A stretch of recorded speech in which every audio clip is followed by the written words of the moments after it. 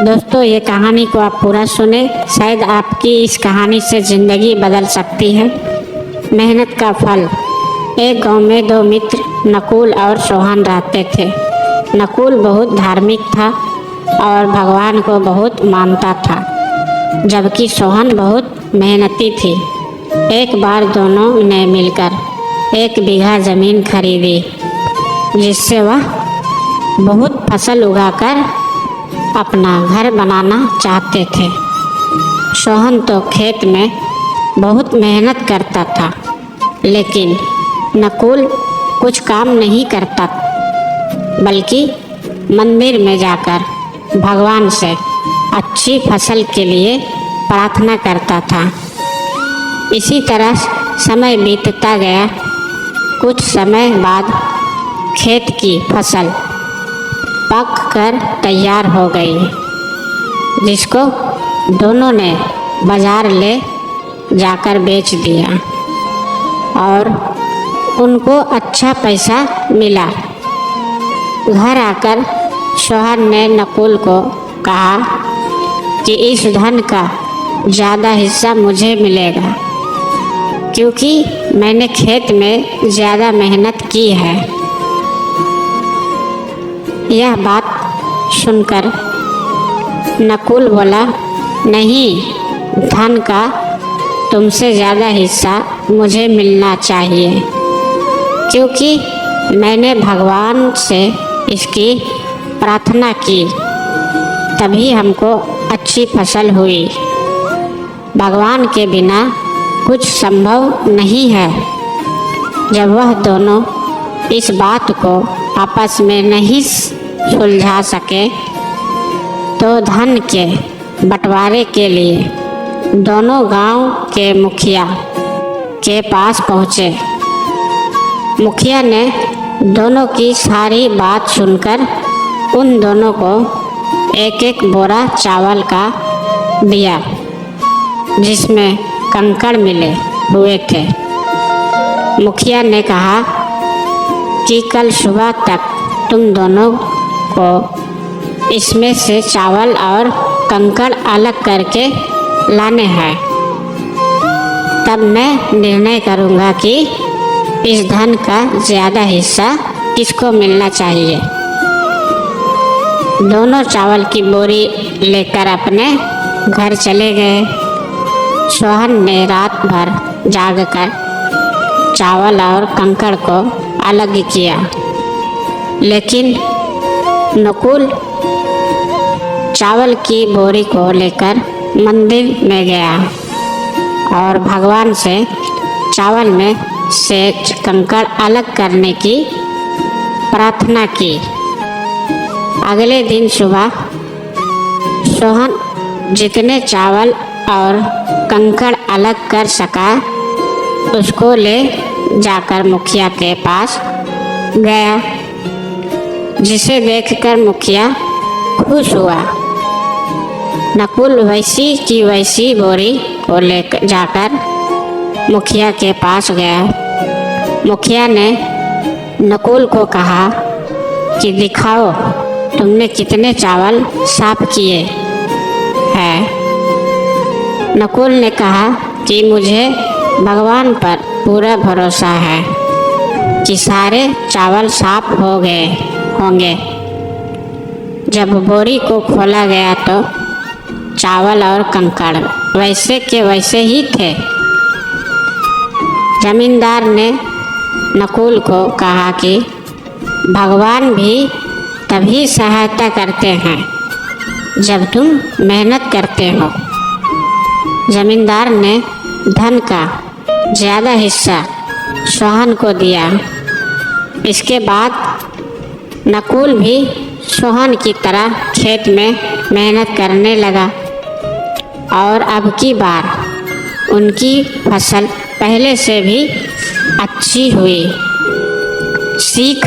इस कहानी से हमें यह सीख मिलती है कि हमें कभी भी भगवान के भरोसे नहीं बैठना चाहिए। हमें सफलता प्राप्त करने के लिए मेहनत करनी चाहिए। तो दोस्तों, आप लोगों की ये मेहनत का फल स्टोरी कैसी लगी हमें कमेंट कर ज़रूर बताएं। और आप हमारे चैनल पे नए हो तो चैनल को सब्सक्राइब करके ज़रूर रखें। वीडियो को लाइक भी करें और अपने दोस्तों फैमिली के साथ रिश्तेदार के साथ शेयर भी ज़रूर करें, ताकि हमारे अगले इस तरीके की इन्फॉर्मेशन वाली कहानी आप तक आसानी से पहुँचे। दोस्तों, ये कहानी को आप पूरा सुने, शायद आपकी इस कहानी से ज़िंदगी बदल सकती है। मेहनत का फल। एक गांव में दो मित्र नकुल और सोहन रहते थे। नकुल बहुत धार्मिक था और भगवान को बहुत मानता था, जबकि सोहन बहुत मेहनती थी। एक बार दोनों ने मिलकर 1 बीघा ज़मीन खरीदी, जिससे वह बहुत फसल उगाकर अपना घर बनाना चाहते थे। सोहन तो खेत में बहुत मेहनत करता था, लेकिन नकुल कुछ काम नहीं करता, बल्कि मंदिर में जाकर भगवान से अच्छी फसल के लिए प्रार्थना करता था। इसी तरह समय बीतता गया। कुछ समय बाद खेत की फसल पक कर तैयार हो गई, जिसको दोनों ने बाज़ार ले जाकर बेच दिया और उनको अच्छा पैसा मिला। घर आकर सोहन ने नकुल को कहा कि इस धन का ज़्यादा हिस्सा मुझे मिलेगा, क्योंकि मैंने खेत में ज़्यादा मेहनत की है। यह बात सुनकर नकुल बोला, नहीं, धन का तुमसे ज़्यादा हिस्सा मुझे मिलना चाहिए, क्योंकि मैंने भगवान से इसकी प्रार्थना की, तभी हमको अच्छी फसल हुई। भगवान के बिना कुछ संभव नहीं है। जब वह दोनों इस बात को आपस में नहीं सुलझा सके, तो धन के बंटवारे के लिए दोनों गांव के मुखिया के पास पहुँचे। मुखिया ने दोनों की सारी बात सुनकर उन दोनों को एक एक बोरा चावल का दिया, जिसमें कंकड़ मिले हुए थे।